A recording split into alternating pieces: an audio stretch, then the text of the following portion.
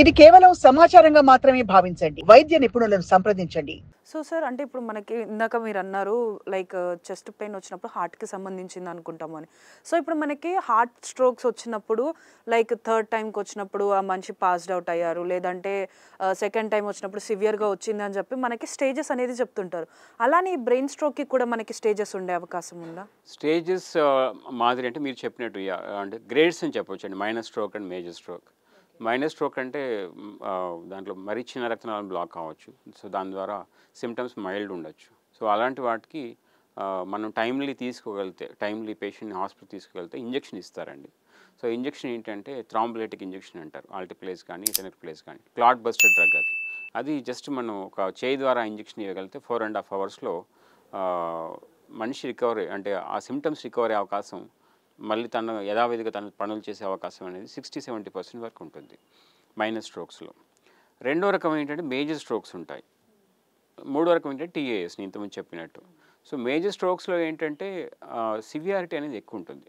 ఎందుకు ఉంటుంది అంటే అక్కడ బ్లాక్స్ పెద్దగా ఉంటాయి. సో ఈ బ్లాక్స్ పెద్దగా ఉన్నప్పుడు ఏంటంటే ఇంజెక్షన్తో పాటు కొన్నిసార్లు ఈ థ్రాంబెక్టమీ అనే ట్రీట్మెంట్ ఒకటి ఉంటుంది.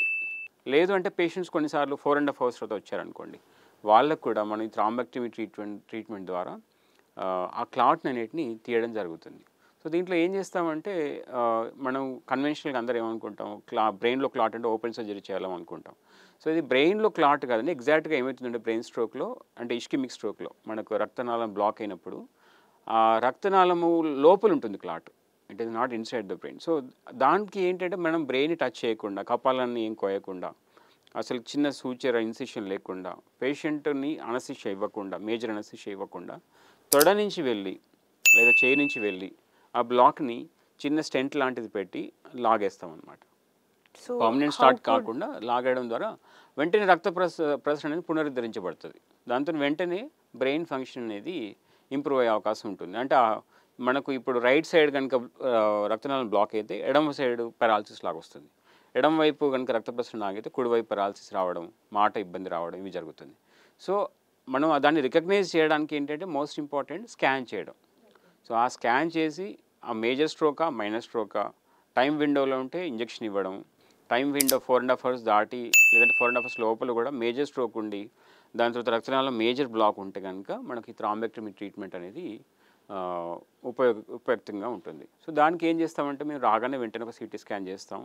ఆ స్ట్రోక్లో సబ్ టైప్ నేను ఇంతకుముందు మనం చెప్పినట్టు బ్లీడింగ్ వల్ల కావచ్చు, లేదంటే బ్రెయిన్ రక్తనాళం క్లాటింగ్ వల్ల కావచ్చు, బ్లాక్ వల్ల కావచ్చు అనేది ఈ రెండిట్లో ఏ రకం అనేది చూసుకొని మెజారిటీ ఆఫ్ ద కేసెస్ మనకు అది క్లాటింగ్ వల్లనే ఉంటుంది. అంటే బ్రెయిన్ రక్తనాళం బ్లాకేజ్ వల్లనే ఉంటుంది.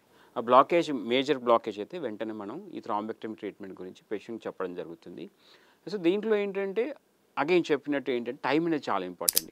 సేమ్ పేషెంట్ మనకు 2 అవర్స్లో 3 అవర్స్లో హాస్పిటల్కి వచ్చి ఈ ట్రీట్మెంట్ చేసుకోగలిగితే దాంతో ఈ same patient maybe 17 hours 18 hours వరకు తర్వాత వచ్చి చేయించుకుంటే ఉండే అవుట్కమ్స్లో అంటే అవుట్కమ్స్లో తర్వాత పేషెంట్ ఎలా కోలుకుంటాడు అనేది చాలా డిఫరెన్స్ అనేది ఉంటుంది. సో దీనికి విండో పీరియడ్ ఏమైనా ఉంటుందా? ఇప్పుడు నేను ఇంజెక్షన్ ట్రీట్మెంట్ చెప్పాను. ఇంజెక్షన్ ట్రీట్మెంట్లో మనకు 4.5 అవర్స్ వరకు విండో పీరియడ్, 4.5 అవర్స్ వరకు మనకు గోల్డెన్ అవర్ అనేది ఉంటుంది. మేజర్ బ్లాక్స్ ఉన్నప్పుడు ఈ స్టెంట్ ట్రీట్మెంట్ అయితే నేను చెప్పాను థ్రాంబెక్టమీ ట్రీట్మెంట్ అది మనకి 24 గంటల వరకు మనం చేసే అవకాశం ఉంటుంది. కొన్ని స్పెసిఫిక్గా అన్ని టెస్టులు చేసి చూసుకొని ఈ పేషెంట్కి చేస్తే బెనిఫిట్ ఉండే అవకాశం ఉంది అనుకుంటే అది 24 అవర్స్ వరకు కూడా చేయొచ్చు. సో దాంట్లో ఏంటంటే అగైన్ ఇది స్కాన్స్ చేసి చూసుకొని మనము ఆ విండో పీరియడ్లో రాగలిగితే డెఫినెట్గా పేషెంట్కి హెల్ప్ చేసే అవకాశం ఉంటుంది. ఎన్నో సక్సెస్ స్టోరీస్ చూసామండి. పేషెంట్స్ అంటే లాస్ట్ 1 మంత్లోనే ఇలా ఒక 5 పేషెంట్స్ చేయడం జరిగింది. అందులో ఒకరు 75 ఇయర్స్ వాళ్ళు ఉన్నారు, 40 ఇయర్స్ వాళ్ళు ఉన్నారు. సో డిఫరెంట్ విండో పీరియడ్స్లో అంటే ఒకరు 4 అవర్స్కి వచ్చారు, కొంతమంది 18 అవర్స్కి వచ్చారు. సో పేషెంట్స్ ఎవరైతే తొందరగా రాగలుగుతారో అవుట్కమ్స్ బాగుంటాయి. దాంతో డ్యామేజ్ మరీ ఎక్కువ లేకపోతే బ్రెయిన్లో డ్యామేజ్ ఎక్కువ లేకపోతే స్కాన్లో సో అప్పుడు కూడా మనం చేస్తే బయటపడే అవకాశాలు కూడా తొందరగా ఉంటాయండి.